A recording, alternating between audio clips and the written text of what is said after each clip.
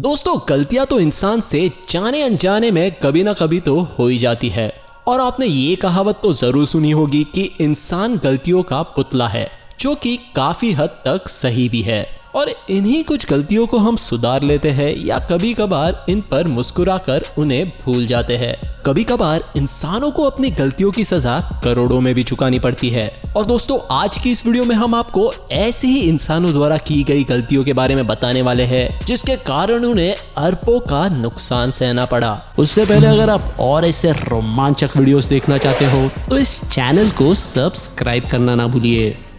मिज़ूहो securities.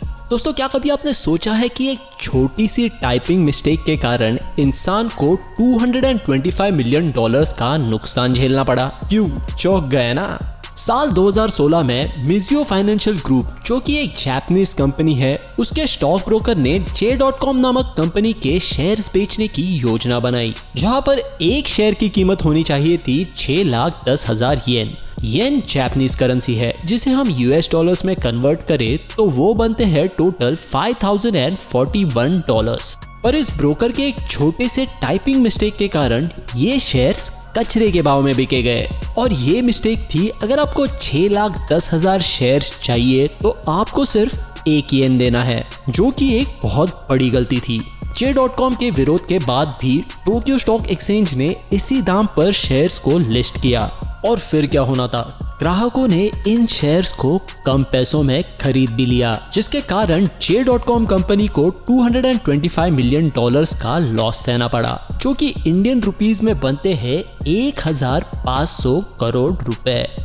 New SNFC trains. साल 2014 में France ने SNFC कंपनी से $17.5 बिलियन में 341 ट्रेन्स खरीदी, क्योंकि फ्रांस अपना इंटर कंट्री ट्रांसपोर्ट मॉडर्न और स्मार्ट बनाना चाहता था। पर जैसे ही साल 2016 में इन ट्रेन्स की डिलीवरी हुई, तब ये दिक्कत सामने आई कि इन ट्रेन की चौड़ाई रेलवे प्लेटफॉर्म से 20 सेंटीमीटर ज्यादा थी। और जब इस पर इंक्वायरी हुई तब ये पता चला कि इंजीनियर्स भाई साहब ने सिर्फ नए प्लेटफॉर्म का साइज माप के ट्रेन कंपनी को दिया था और पुराने प्लेटफॉर्म्स का तो साइज मापना ही भूल गए, जिसके कारण सरकार को 1300 प्लेटफॉर्म्स का निर्माण फिर से करना पड़ा, जिसका कुल मिलाकर खर्चा हुआ $50 मिलियन, यानी इंडियन रुपीस में 3,77 करोड़ रुपए। Quaker Snapple.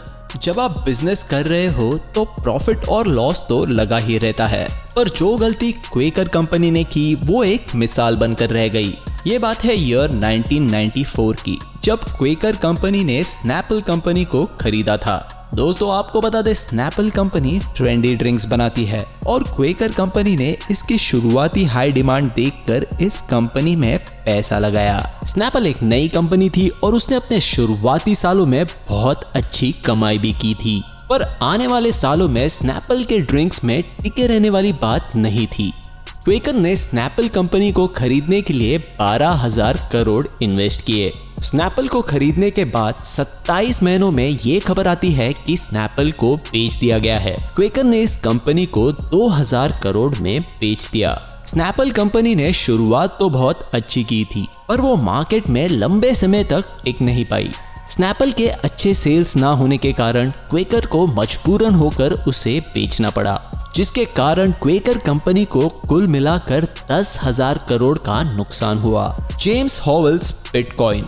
आज के काल में सभी को क्रिप्टो करेंसी और बिटकॉइन के बारे में थोड़ी बहुत नॉलेज तो जरूर है, और बिटकॉइन के प्राइसेस भी उतने ही तेजी से बढ़ रहे हैं। लेकिन इस दुनिया में ऐसा भी इंसान है जिसने 7,500 बिटकॉइन सिर्फ ऐसे ही फेंक दिए। साल 2009 में IT कंपनी में काम करने वाले जेम्स हॉवेल ने कुल मिलाकर 7,500 बिटकॉइन खरीदे थे। जब जेम्स ने इन बिटकॉइंस को खरीदा तब बिटकॉइन की कीमत इतनी ज्यादा नहीं थी, और इसी कारण जेम्स हॉवेल ने अपने अकाउंट डिटेल्स को संभाल कर नहीं रखा। लेकिन साल 2013 में उन्हीं बिटकॉइंस की प्राइस $7.5 मिलियन हो गई, यानी इंडियन रुपीस में वो बनते हैं 56 करोड़ रुपीस। तो सोचो आज के तारीख में उन बिटकॉइंस की कीमत कितनी होगी। जेम्स की इसी छोटी सी गलती के कारण उसने 7,500 बिटकॉइंस खो दिए। और अगर आज के तारीख में उसके पास इतने बिटकॉइंस होते तो वो अमीर इंसान जरूर होता।